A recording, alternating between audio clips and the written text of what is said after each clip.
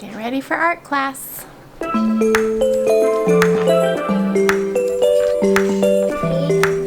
is fine. There. Ow. There's the car. Ow. But this castle clock. I know I should have done this, should have quit this long ago. Can't stand another heartbreak, but it's time to let it go. It's a rainy day, but we've still got to get out, check all the animals, feed all the animals, and make sure everyone has a dry spot to hang out.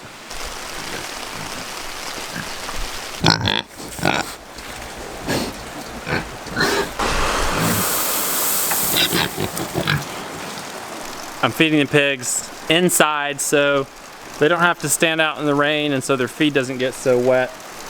There's Bonnie. She plays a dangerous game every time she eats with the pigs.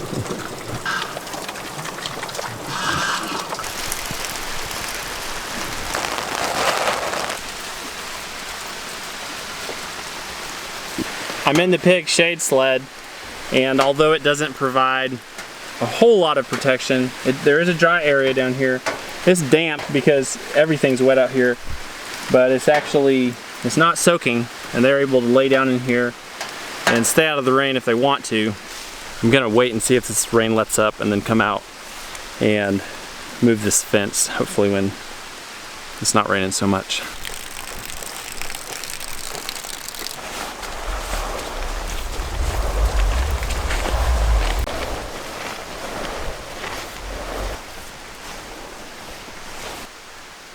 The goats and the cow are a little miserable out here. They were in the rain some overnight, and goats just don't like rain.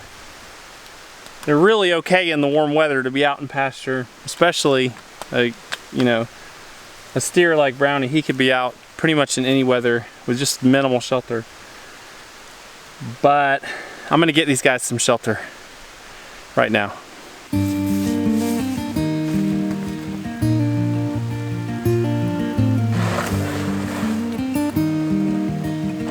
I'm using these corner posts of the garden here, which I've always known would come in handy for making little shelters or little shade spots. And how is it going having goats do our garden cleanup? Well, it's going really well. If you saw this place a few days ago, which many of you did, this place was completely overgrown. Corn stalks, sorghum, Sudan grass, just a mess, and they still have more to do in here. Each day I've been coming out and asking, okay, do they have enough to eat? It's always a question I'm asking when I'm moving goats around to different spots. Is there enough to eat out here? Today I think the answer is yes, but I want to make sure the answer is yes. So I'm going to open up a little section of this overgrown lawn right here next to the garden and let them actually spend time in both areas.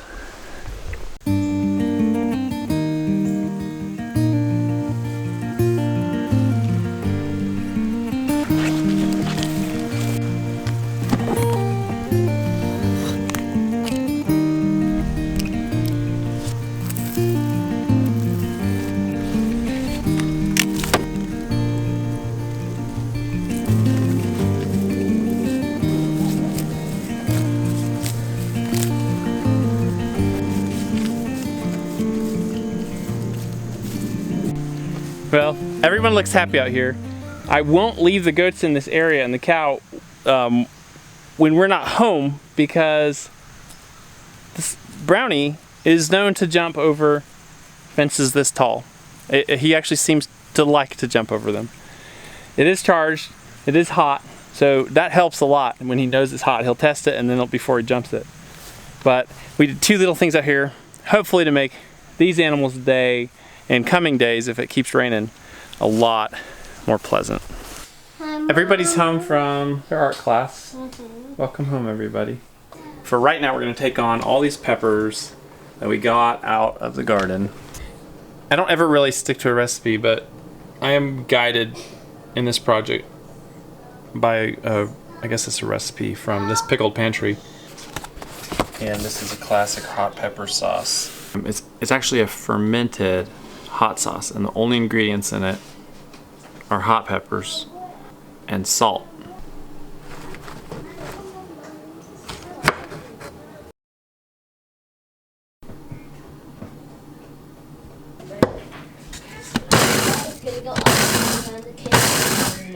I generally have never measured salt. I think the recipe calls for 1/3 pound of peppers and 2 teaspoons of salt.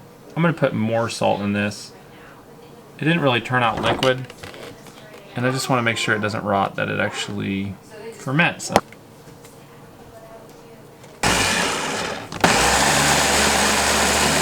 Let's see if I can get it out of here and into here without burning my face off.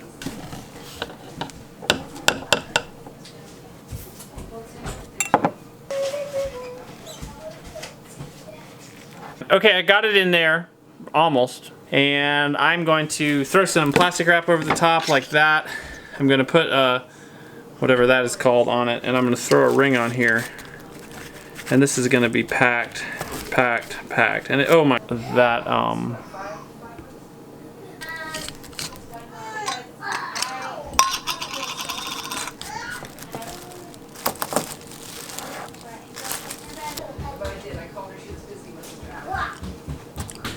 I think that's gonna be amazing.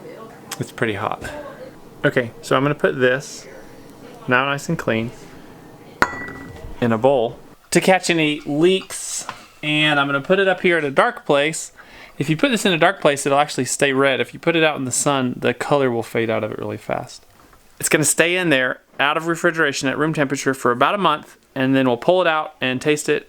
I may use it as is. I may add some other ingredients. We'll see. Just depends on how it comes out.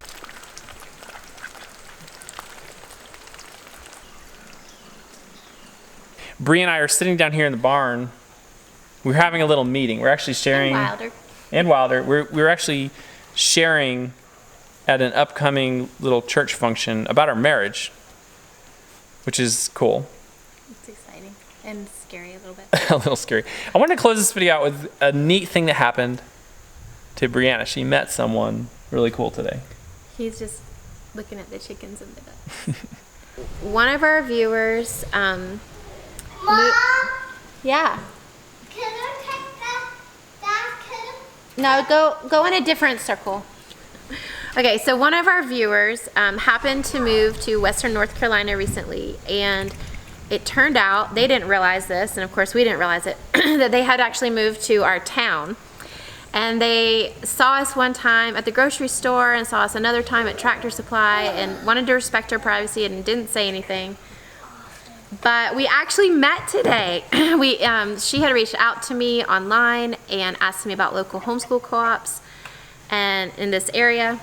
And she had told me the whole story about how they lived here and had seen us. And so I had told her about one that was meeting today, and we were both there. And then she told me this whole story about how our videos had inspired her and her family to pursue their dreams, which was they were from a big city and that they wanted to not live in a big city anymore. And so they ended up buying a house in our town. And I got to meet her today, and it was just a really amazing to hear her story, and there was a lot more detail to it than what I'm sharing, but that we had inspired them to go for it. And I just think that's kind of amazing. Hearing stories like this is actually really encouraging. And humbling. And humbling. It can be, YouTube can kind of be a grind. We love it on one hand, but it's a lot of work. It's always been a lot of work. Brianna meeting this lady today You want some help? was just very encouraging to us.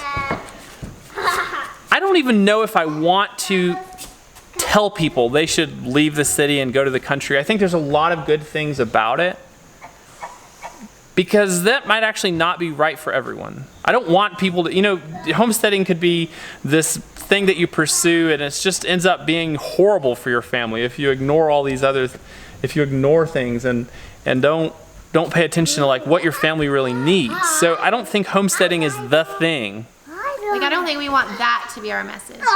The message is not Go Homestead. Go Homestead. It will change everything. I think there's so many good things about it.